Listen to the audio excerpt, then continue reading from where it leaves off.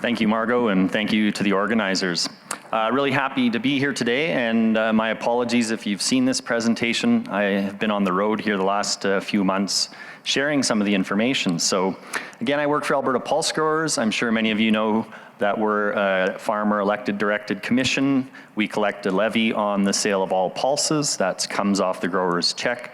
And in return, we invest between 60 and 80% of those dollars directly into research.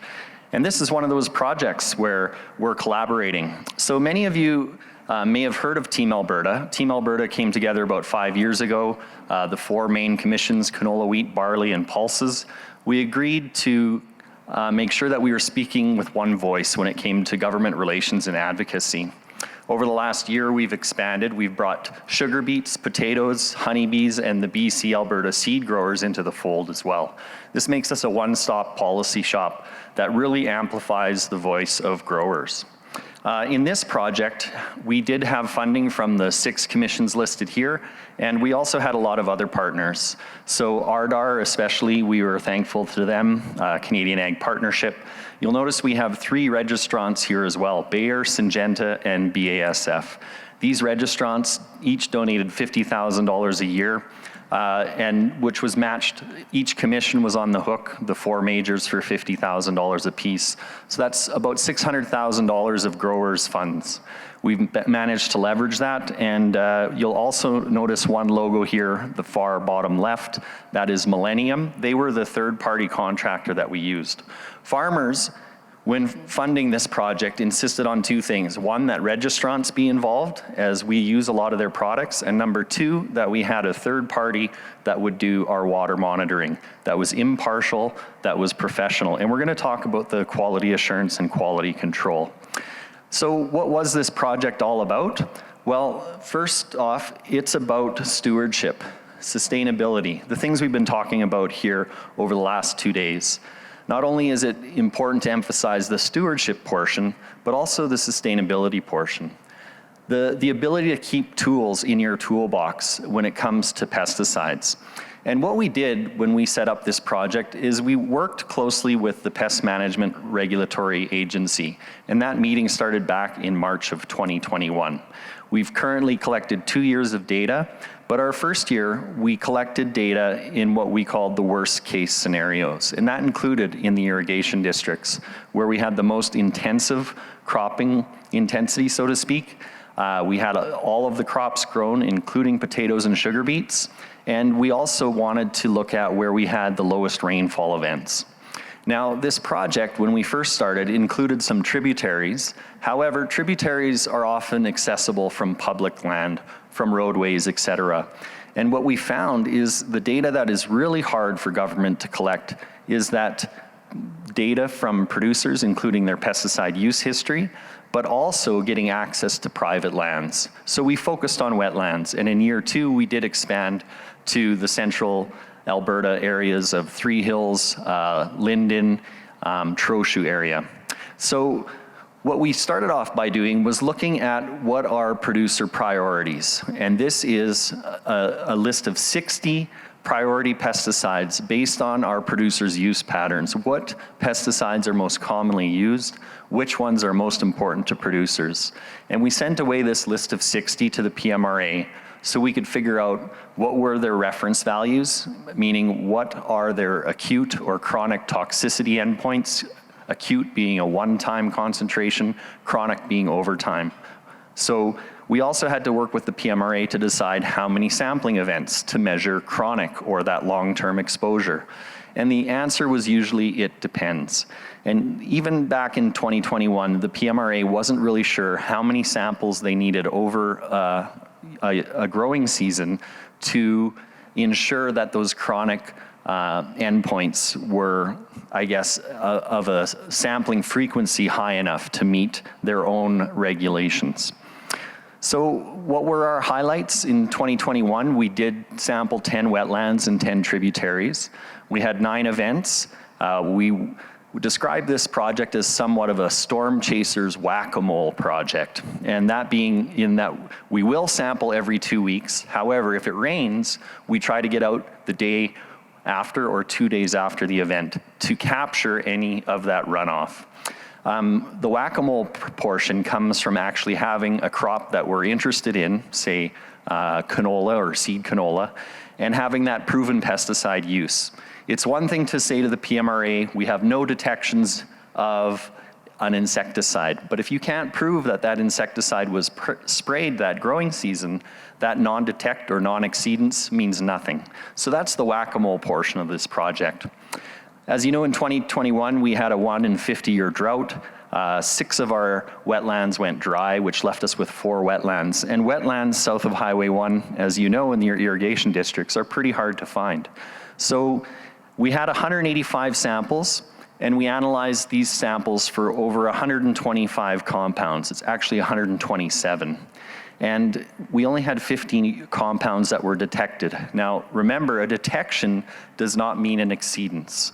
So I'll give the example of 2,4-D, and we'll look at that compound again. But we found 2,4-D in almost every wetland, almost every tributary, because it's just the persistence and the fate of this chemistry. It was not, however, at a level of concern.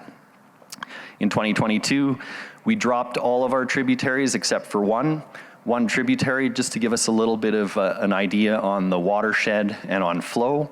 But Alberta Environment and Protected Areas does have a lot of tributaries where we can get live data. And I'm going to show you a little bit of a video later about this portal. So this past year, 12 wetlands, 1 tributary. But you can do the math, in 185 samples analyzed for 125 compounds. This is a lot of data. And in year 2, that was even higher. One of the important things that we recognized is we needed to build lab capacity. And you can thank some of your producer groups for this. It was a tough decision, but we invested almost $40,000 to build capacity right here in Alberta. Alberta Innovates, or formerly Alberta Innovates, Innotech was the lab that we chose to do our sampling. And had we not developed this capacity, we would be still shipping samples to Guelph, Ontario, 1-liter bottles in coolers. And the freight alone would have bankrupted the program in the first few sampling events. Innotech Alberta had an established analytical suite. Again, we tried to develop methods for 28 compounds. There were still 2 compounds that we could not reach the limit of detection that the PMRA requires. And those 2 compounds are lambda-cyhalothrin, Matador or silencer that you've heard about and that's been in the news lately. And the other one is permethrin. Now these limits of detection that the PMRA requires are 1 microgram per liter. So if you do the math, that's 1 part per trillion. This is a level that can only be achieved by academic labs. There's no commercial lab in Canada that can reach 1 part per trillion.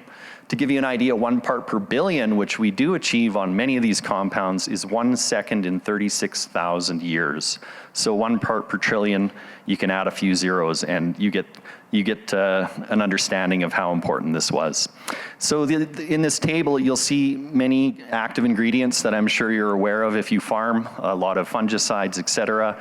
These were the analytical detection methods that we developed here at Innotech. So this takes us to some of the wetlands. And not only are we looking at monitoring for pesticides in this program, the big emphasis of this project is stewardship.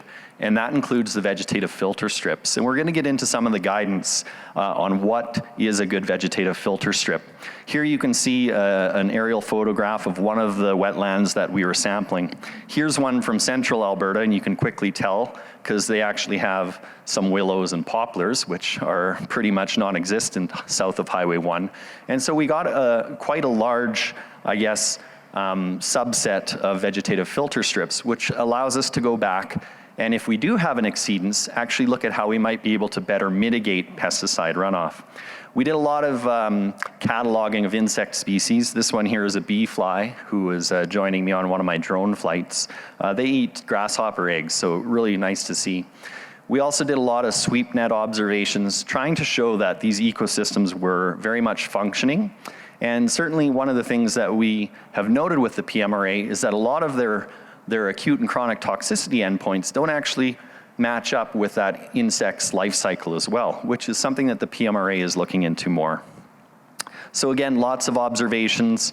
Some of the wetlands were quite easy to access, other ones we had to walk a full half mile. So one of the important things was our consultants often deal in oil and gas and leases, so they were well averse with not only the biosecurity, wearing booties in fields, washing trucks between fields, etc. And every time they went out, they made a call to the farmer to ask, have you sprayed an insecticide? Has anything been sprayed in the last 24, 48, 72 hours, etc. And this is something that was grossly overlooked by Agriculture and Agri-Food Canada and Environment and Climate Change Canada's pilot sampling program this year. And many of you may have heard of the trespassing issue on a Saskatchewan farm. So again, some of these wetlands went dry, but the ones that didn't, we also went out to everyone, and we had an adaptation resilience training project assistant, Haley, who came in and actually took transects of every single vegetative filter strip, estimated the percent ground cover. Here you can see some of her field notes. So we have way more data than we know what to do with at the current moment. However, should we see an exceedance, we can go back. We can even look at the incline of the vegetative filter strip. What are the predominant species, et cetera, to change some of the management of these vegetative filter strips to make sure that we're mitigating pesticide runoff. Now I'm gonna ask our AV colleague here to fire up this video, and I'm gonna give you an idea of how we actually store this data, since it's so vast. And it was really important that we provide context to this information. And that's the number one thing, is a data point is only a data point unless you have context around the data.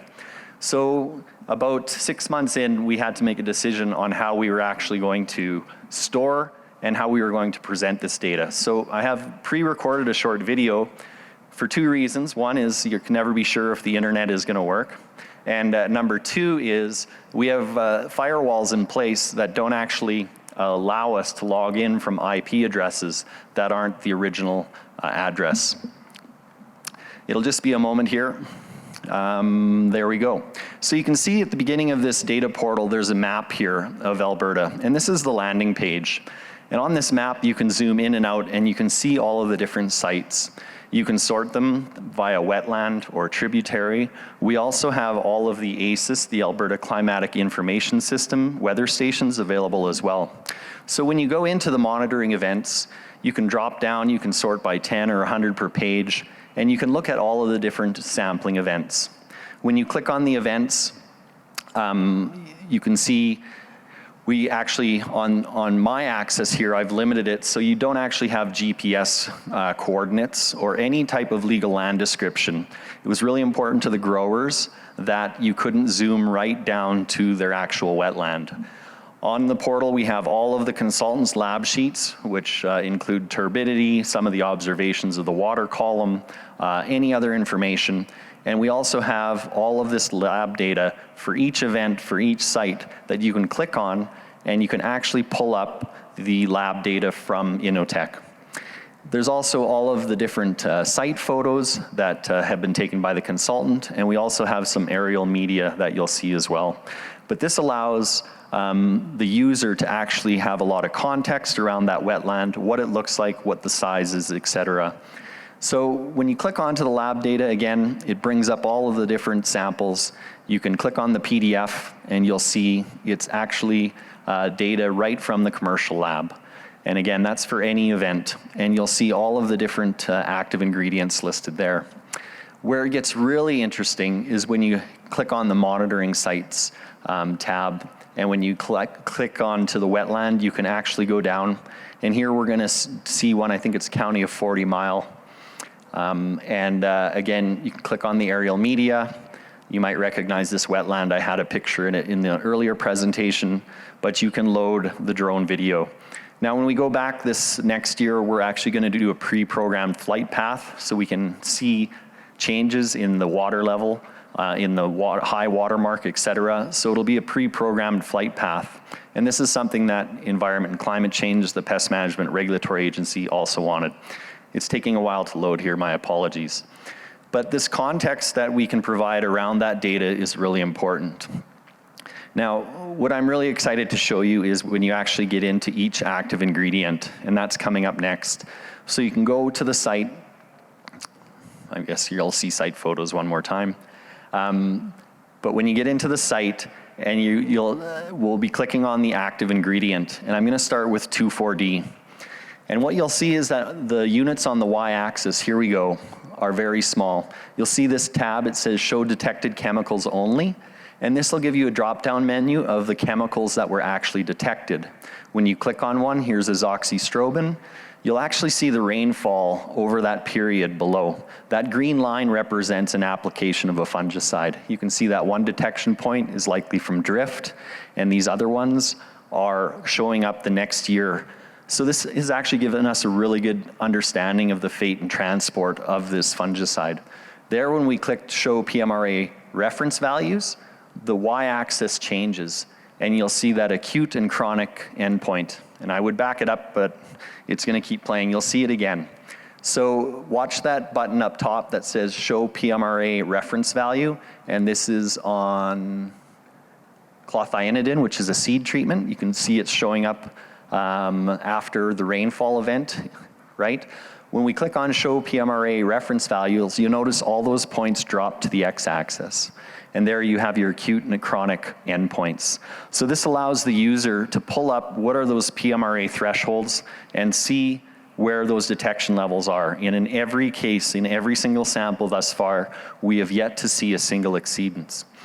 Now, being able to overlay the rainfall and the precipitation was one of the things that the registrant funding partners were most excited about. And as I mentioned, you can see that we're beginning to understand where we might have a detection from, say, spray drift, and where some of the, say, fungicide applications are tied up in that plant material and aren't released until the next spring.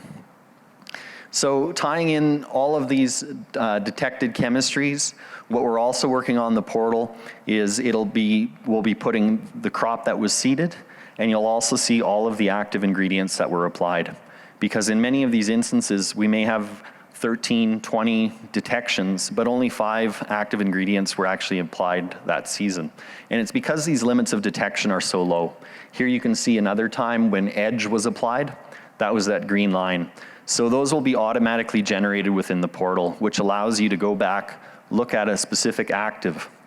Now, the first question I always get when we're finished is, will you be giving the Pest Management Regulatory Agency access to this data, or can I get access?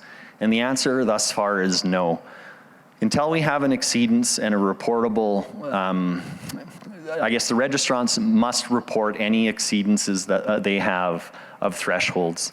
But what we are really concerned about is this type of data and information getting into the wrong hands, right? I won't name any organizations, but the Suzuki Foundation, for instance, without the context around this, it could cause a lot of blowback.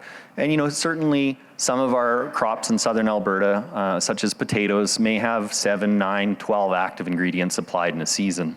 So again, the landing page is really unique.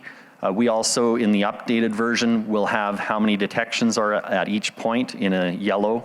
And if there is actually an exceedance of an acute or chronic threshold, it'll come up red. But we have no reds. So of all of our wetlands, even some ephemerals that were tested, we don't have a single exceedance, which is great news. It shows, A, that stewardship is being practiced, right? We're not seeing any pesticides in wetlands. And remember, we're looking for the worst case scenario. We could have tested tributaries, but with dilution, you don't tend to see many detections. But we've focused on private wetlands for, again, those reasons. One is we can get the pesticide use history, and number 2 is they're likely worst case scenarios. And the third one is it's really tough still, and I worked in public service, it's tough for government to get access to private land and to be assured that privacy will be protected. So I'm gonna finish off the last few minutes here with a few more slides specifically to vegetative filter strips. And this is important for a number of reasons. Right now, what we have for guidance is this and one other page from Agriculture and Agri-Food Canada and the Pest Management Regulatory Agency. So when you first see this picture, it's quite a beautiful picture of a winding stream. It looks like it's probably from France, maybe Germany, could be Ontario or Quebec. But this isn't what you think of when you talk about wetlands, especially in the prairies. And we're also given this two-dimensional picture of a downslope, a 10-meter vegetative filter strip, a 15-meter spray buffer zone, etc. But as you know, when you're out in the field, the wind can change from the time you load up the sprayer until you get to the field. The wind can be gusting from different directions. And certainly, you're not working in a 2D world when it comes to vegetative filter strips, wetlands, etc. In fact, this is more common situation than you might believe, maybe not down in the irrigation districts, but certainly up in the boreal region, prairie pothole region. I mean, this gets really difficult when you're trying to establish a 3-meter vegetative filter strip. And there's also some other issues with our guidance for vegetative filter strips. One is they're fairly regional specific. Vegetation species, I learned from Haley, that, how does it go? Sedges have edges, rushes are round, grasses have nodes from the tip to the ground, and that about does it for my vegetative speciation, capabilities. But certainly we're seeing in central Alberta that willows and poplars can also help mitigate drift. There's also a limited understanding from our pesticide applicators as well as our farmers on the different labels. For instance, if you're spraying an insecticide, a foliar insecticide, you're actually required a 10-meter vegetative filter strip. So how do you go from a 3-meter vegetative filter strip to a 10-meter strip? You just can't put it in overnight. We also have some recommendations to mow vegetative filter strips from AAFC, but not to have compaction. So the two aren't necessarily mutually exclusive. So even the management of these strips is important. High level of variation in seasonal high-low watermark. And if you recall when neonics were proposed to be phased out, it was only Canola Council of Canada data that really kept that tool in your toolbox. And they had one exceedance, and that's where they had a high watermark come and wash away some of that treated canola seed. So these dry wet cycles have a huge impact not only on some of those potholes that may extend out a long ways, but also on the high-low watermark. Lots of variation in elevation, variation in species, and again, those label requirements are different. And even differences in provincial acts. For instance, in Alberta, we're required a 3-meter vegetative filter strip. That isn't the case in all prairie provinces. So as you can see, this is a project where the commissions have really stepped up and have taken on a really good project. I mean, I work as kind of the technical liaison, but it is taking away from our resources. I mean, $600,000 of producers' money went into this 3-year project, so it's a lot. But it was important to your elected directors that represent you that we were proactive. This is the first time that data is being generated prior to a reevaluation proposed decision. And what we have settled on is that the collaboration with the registrant partners is so important. And the registrants are now able to mine the data from this portal prior to a reevaluation decision by the PMRA and show that these pesticides are being used in a responsible way where we're mitigating runoff and that it will be a great tool or a great arrow in our quiver, so to speak, for upcoming reevaluations. And of those 60 priority pesticides that we talked about earlier, every single one of them is up for reevaluation in the next 5 to 7 years. So a very important project.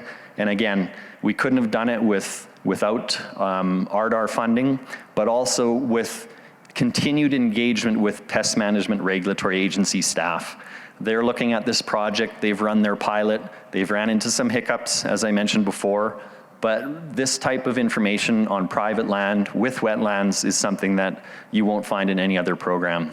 So again, we're excited that this is a proactive project rather than a reactive project where we've been several times, especially in the case of neonics. So with that, I think I left 2 minutes for questions, and I'm happy to stick around to answer any more that you might have.